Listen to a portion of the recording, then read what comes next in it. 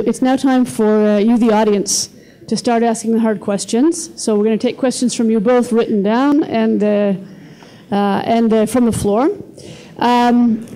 You just said, Rabbi, that the aim of a conversation, thank you, the aim of a conversation is a conversation. Let the conversation begin. Let's have some questions from the floor, and you are all each invited to respond. Again, keep your responses as short as you can because we want to get a lot of audience response for this. First question, please.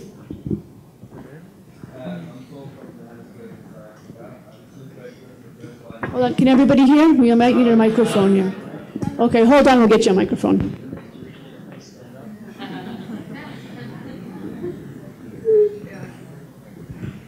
I'm Sol from...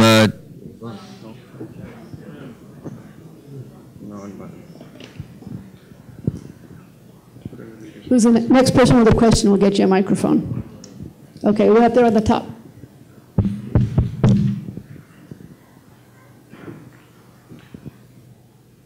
Me. Hi, I'm Sol from Johannesburg in South Africa. I have two questions. The first one I'd like to direct at the Rabbi. Carolyn mentioned that many people in Limmud have many other volunteer positions, and this forum was tasked at discussing the burden of being at the helm of Jewish leadership. My question is not, how do we deal with people at the helm? Because I think we're preaching to the choir here. To be a good leader, you need to gather support. And how do we encourage leadership from people that don't naturally come forward and volunteer themselves?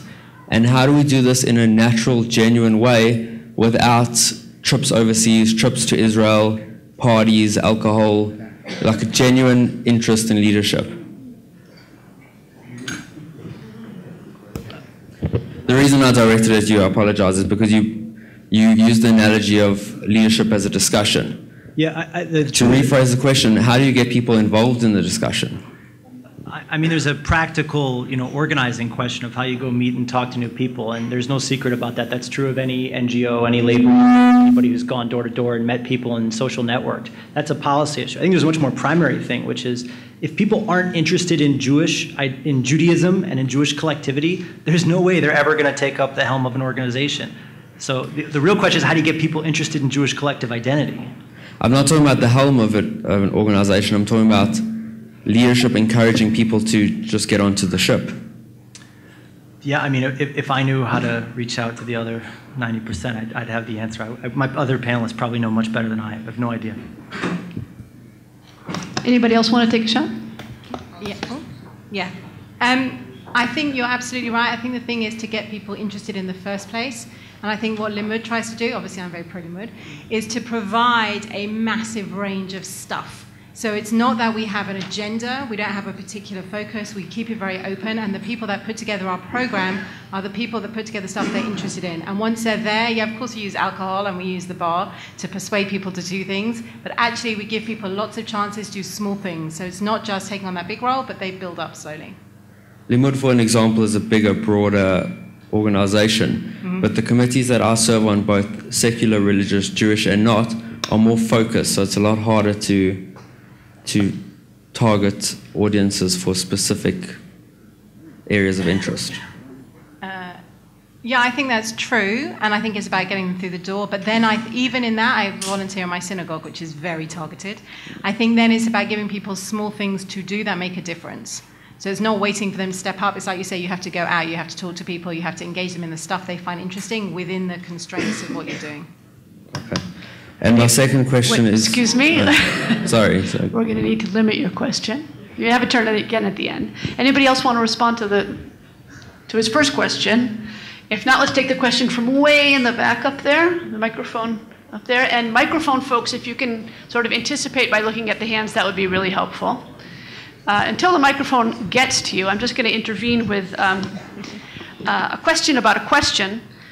Somebody wrote, what should be Israel's share in developing young leadership? And then you don't have to ask the question if you think it's not relevant. So the answer is that it's relevant. Anybody wants to address that during your answers to other questions, great. You're welcome to ask yours. Whoops. Hello, my name is Daniel, and just to say thank you so much. Really inspiring and really exciting to have you here, so thank you. I just want to say that I actually agree with Daniel that sometimes the top people go to other careers, and obviously you've all mentioned that there's a huge gap for young Jewish leadership.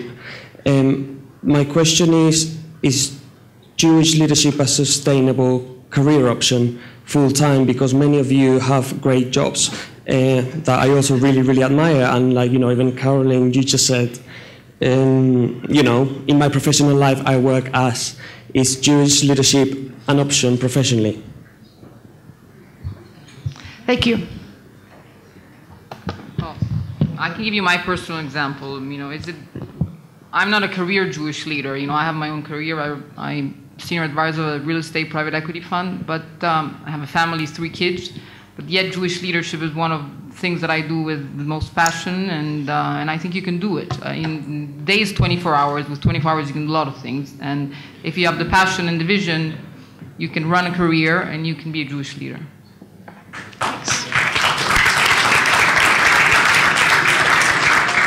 Next person with a microphone, please. Yes, ma'am. Hi, this is for the rabbi and also for Carolyn. I just wanted to go back to the first question that was asked.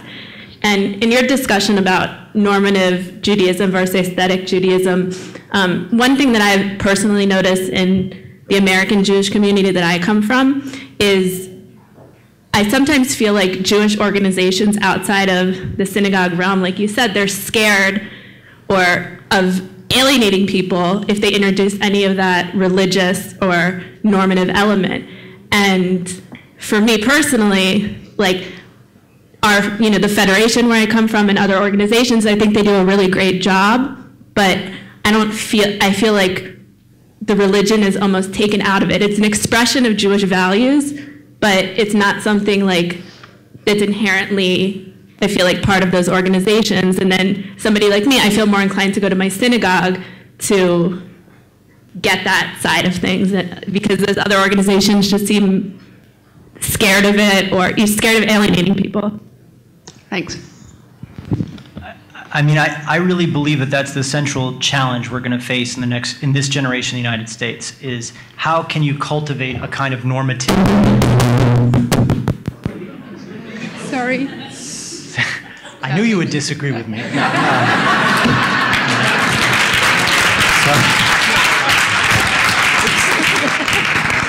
No, I think, I'm trying to do it in education. I don't for a second pretend to have all the answers. It has to happen in philanthropy and prayer and everywhere else. We live in a society that's open, democratic, and pluralistic, where people can choose what it is they want to do. So in that vein, everyone lives an aesthetic life. Everyone does what you want to do, and if you don't like it, you opt out and do something else. So if that's the norm, how do you get from there into normative? If that's the aesthetic reality, how do you get people to opt into normativity? And normativity doesn't mean halakha or orthodoxy or something. It means something bigger than yourself, whether that's a community, an organization, a political agenda, and everyone's going to have to figure out that path from aesthetic to normative in their own organization and teach each other, I think. Thanks. Anyone else want to respond? I'll just be quick because it was also directed at me. I think one of the things that we see is that people are doing things for themselves. So the reason that I think Limmud is successful is that the program and the design of the events are put together by people who want to see that kind of thing. And then within that, we've created communities, not because we've made that happen, it's not a top-down organization, but the people themselves, when I talk about grassroots, I truly mean that, are creating their own communities, which then probably lead more to some of the normative things that you're also talking about. So it has to come, I think, from within. Oh, great. Microphone person? Who's got a microphone? And a question. Okay, in the meantime, until someone does get one. You all set? Okay.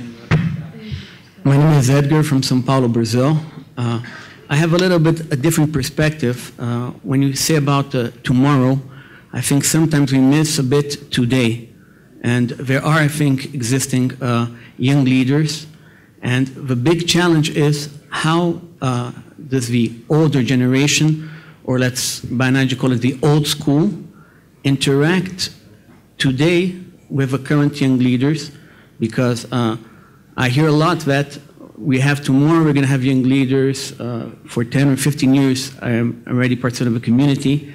And I find it hard that we still are not able to integrate and sit in the same side of the table, maybe old school and new school, to reach to an old school and new views, and I would like to ask exactly this: how can we, in fact, sit on the same table together and speak a little bit about today, so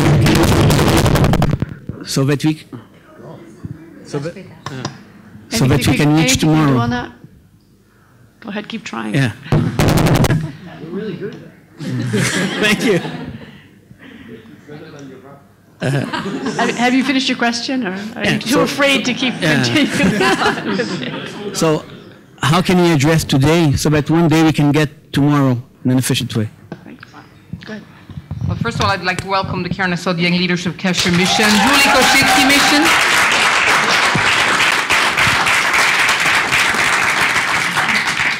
Sponsored by our honorary president, Julie Koshitsky and Henry Koshitsky.